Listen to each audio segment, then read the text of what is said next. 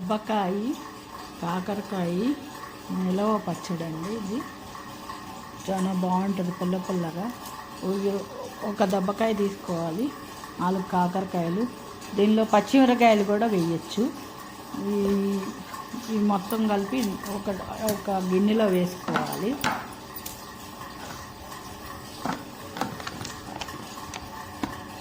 వేసి ఈ కాకరకాయ ముక్కలు కూడా అందులో వేసి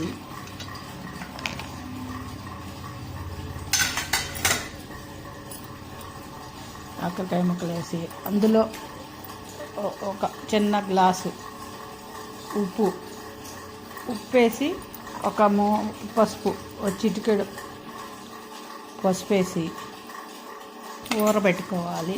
ఒక 3 రోజుల పాటు ఊరబెట్టుకోవాలి అన్నమాట. 3 రోజులు కాకరకాయ ముక్కలు దబ్బకాయ ఉప్పు వేసి ఊరబెట్టాక ఈ కారం వేసి కలుపుకోవాలి. ఇందులో మెంతులు వేయించి ఎల్లుల్లిపాయ నూరి ఇందులో వేయాలి. వేసి ఇప్పుడు కలుపుకొని పెరుగన్నంలో తింటే చాలా బాగుంటుంది, అన్నంలో కూడా బాగుంటుంది. మీ వీడియో కనుక నచ్చితే లైక్ చేయండి, సబ్స్క్రైబ్ చేయండి.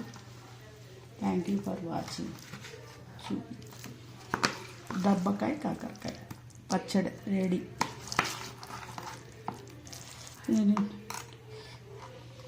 పుల్ల పుల్లగా కారం కారంగా చాలా బాగుంది.